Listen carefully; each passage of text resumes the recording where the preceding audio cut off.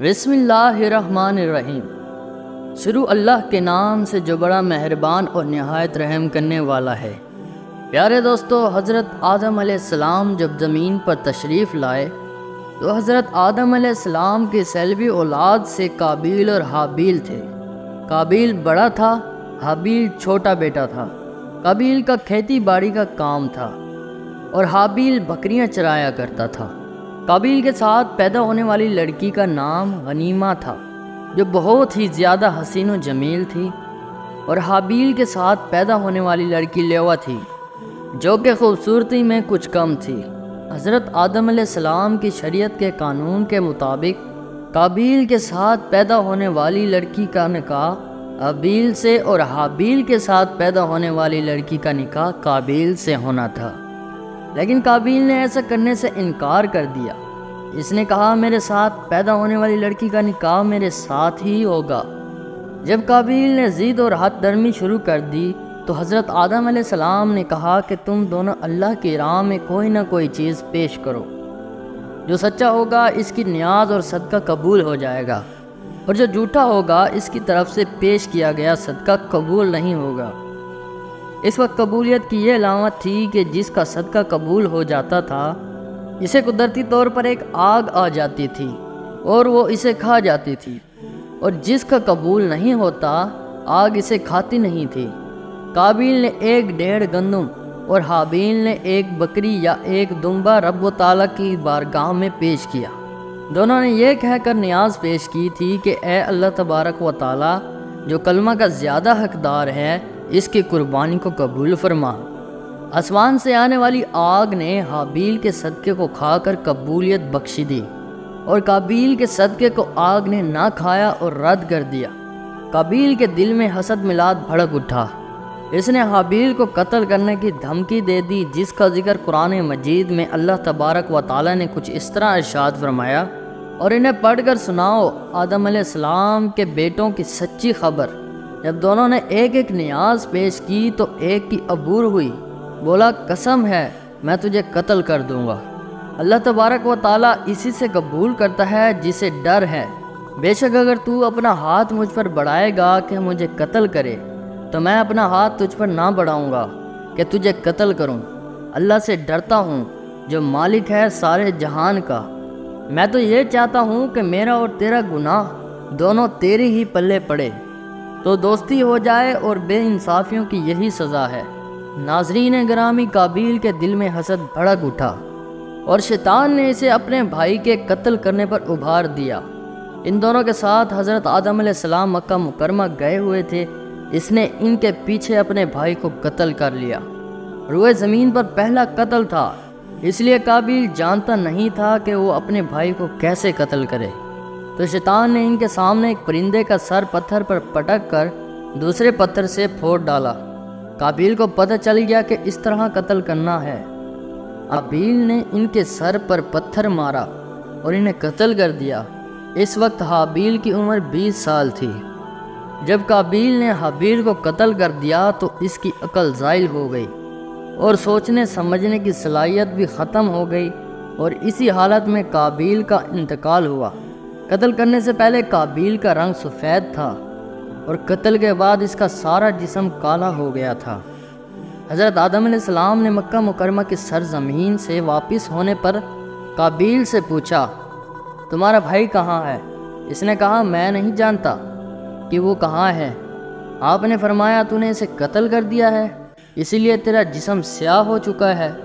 ناظرین گرامی، حضرت ابن مسعود رضی اللہ تعالی عنہ سے روایت ہے کہ رسول پاک صلی اللہ علیہ وآلہ وسلم نے فرمایا، جو شخص بھی ظلماً قتل ہوگا، اس کے قتل کا عذاب آدم علیہ السلام کے بیٹے قابیل پر بھی ہوگا، کیونکہ سب سے پہلے اس نے قتل کی ابتدا کی تھی۔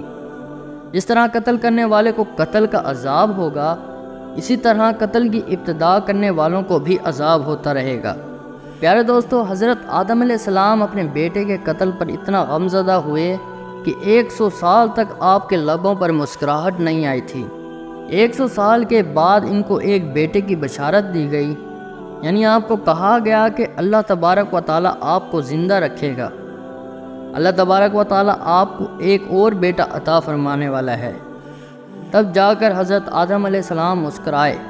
ناظرین گرامی، جب قابیل نے ہی حابیل کو قتل کر دیا، اب اسے دفنانے کا اس کو کوئی طریقہ معلوم نہیں تھا کہ اس کی لاش کا کیا کیا جائے، تو وہ اپنے بھائی کی لاش کو بوری میں ڈال کر پھرتا رہا، یہاں تک کہ لاش بدبودار ہو گئی۔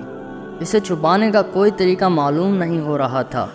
ناظرین، اللہ تبارک و تعالیٰ کتنا کریم ہے کہ قابیل مجرم ہونے کے باوجود جب اس پریشانی میں پھنسا ہوا تھا کہ اپنے بھائی کی لاش کا کیا کرے اور اس کو کیسے ٹھکانہ لگایا جائے، ذکر بھی قرآن مجید میں اللہ رب العزت نے فرما دیا ہے۔ ناظرین گرامی، دنیا میں پہلی موت تھی، قبر کھودنے دفن کرنے سے وہ بے خبر تھا۔ اللہ تبارک و تعالیٰ نے اس کی مشکل حل کرنے کے لیے اس کا معاون ایک کتے کو بنا کر بھیجا۔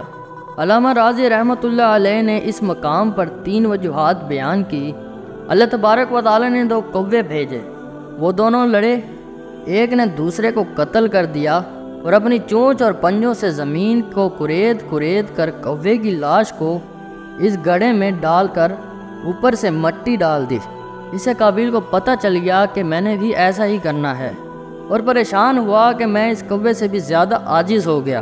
دوسرے نمبر پر قابیل نے تنگ آ کر حابیل کی لاش کو اس طرح پھینک دیا۔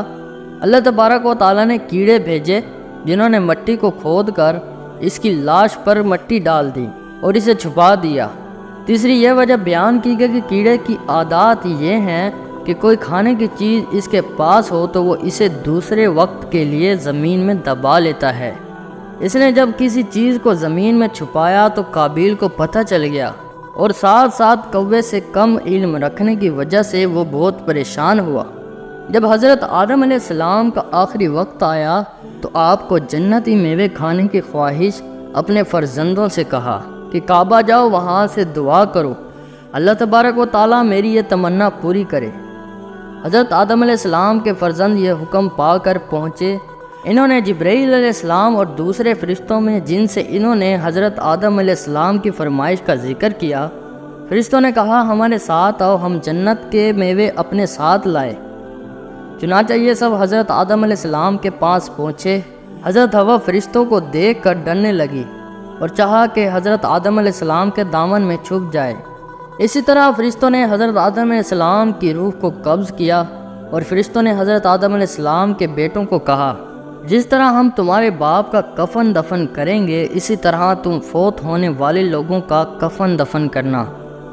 حضرت جبرائیل علیہ السلام جنت کے مرکب، خوشبو اور جنتی جوڑے کا کفن اور جنتی بیری سے کچھ پتے اپنے ساتھ لائے تھے۔ ان کو خود غسل دیا اور خود کفن پہنایا اور خوشبو ملی، اور ملائکہ ان کا جسم مبارک خانہ کعبہ میں لائے۔ ان پر سارے فرشتوں نے نماز جنازہ عطا کی، جس میں حضرت جبرائیل علیہ السلام امام تھے اور سارے فرشتے مقتدی بن کر کھڑے تھے۔ جی دوستو، اس سے ہمیں اندازہ ہوا ہے کہ حضرت آدم علیہ السلام سے لے کر آج تک جو سلسلہ چلا آ رہا ہے، کیسے مردے کو کفن دینا ہے، کیسے اس کو دفن کرنا ہے، کیسے نماز جنازہ پڑھانی ہے، اور اس کو غسل کیسے دینا ہے، یہ ساری ترتیب فرشتوں نے حضرت آدم علیہ السلام کو کی ہے۔ امید کرتے ہیں کہ آپ کو ویڈیو ضرور پسند آئی ہوگی، لہٰذا ہمارے چینل کو لائک، سبسکرائب اور شیئر ضرور کریں۔